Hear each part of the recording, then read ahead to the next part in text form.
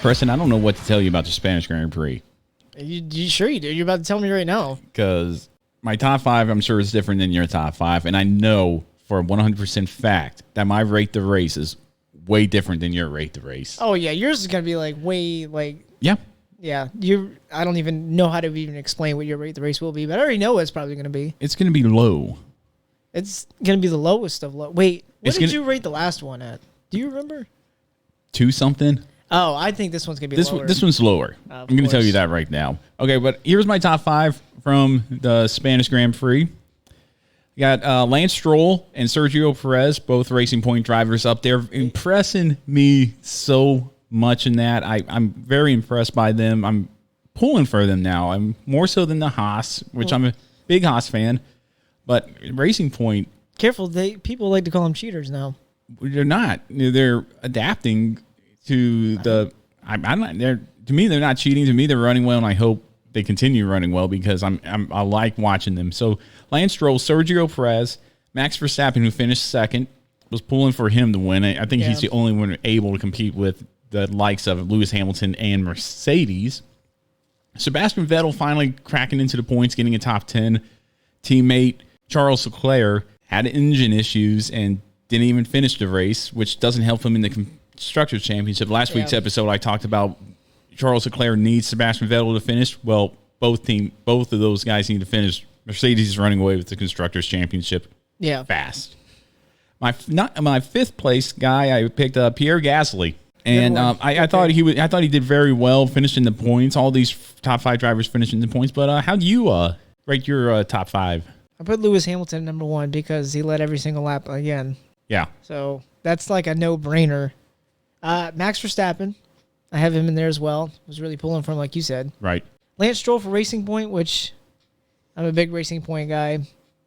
I didn't put Sergio Perez in my top 5 though, because I also put Carlos Sainz in there. Okay. I thought about putting Vettel in there, but I put Pierre Gasly in my top 5 because he's consistently getting some kind of points. Yeah, he's just 1 or 2 points, and that's all you need for a Constructors' Championship. Right, so... Or not even a Constructors' Championship, the place higher than the last person. Yeah. To finish better than Williams. Yeah.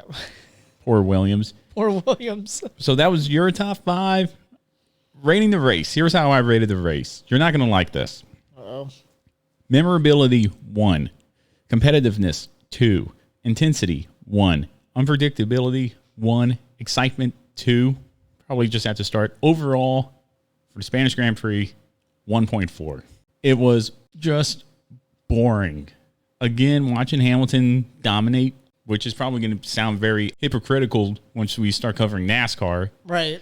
But at least Chase Elliott doesn't dominate every week and lead every lap. And No. But how do you rate the race? Well, let's see. Memorability was a 5. Competitiveness was a 7. Intensity was a 6.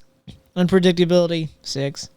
Excitement, I put a 7 because there was battles in the field like always because that's what I like to do. Let's go through the field. So I gave it a 6.2. Your race today on Twitch was more exciting than the Formula One race I saw. Was it really? It was more exciting because it was kind of like watching, the in-car cams of one driver and listening to their spotter. Your race engineer was saying you're driving away from the guy behind you. Yeah. You're doing this, it was fun to listen to. Did you notice me switching between fuel modes? I noticed that, and I also noticed you running into the wall. Are you going to keep bringing that up? Yeah, all day. You should see some of my replays from my race. Did you see me spin out in qualifying? On that hard right-hander? Yeah, I did see that. Yeah, well, you know why I did that? It's because when I was texting you and you were talking about... it's my fault. Don't be afraid to excel early. I excelled a slight second too early off in that corner, and the back end just went straight out from behind me. Like I said, I never claimed to be good. I'm just saying, man. It looked like you needed to just get on the gas sooner, and it's my fault apparently it's my fault. All right. Well, that was Formula One. No Formula One race next weekend. Here in a couple of weeks, I believe they're going to Belgium. Yes. And we'll definitely preview that here in the next couple of weeks. But we'll go from there and get into NASCAR.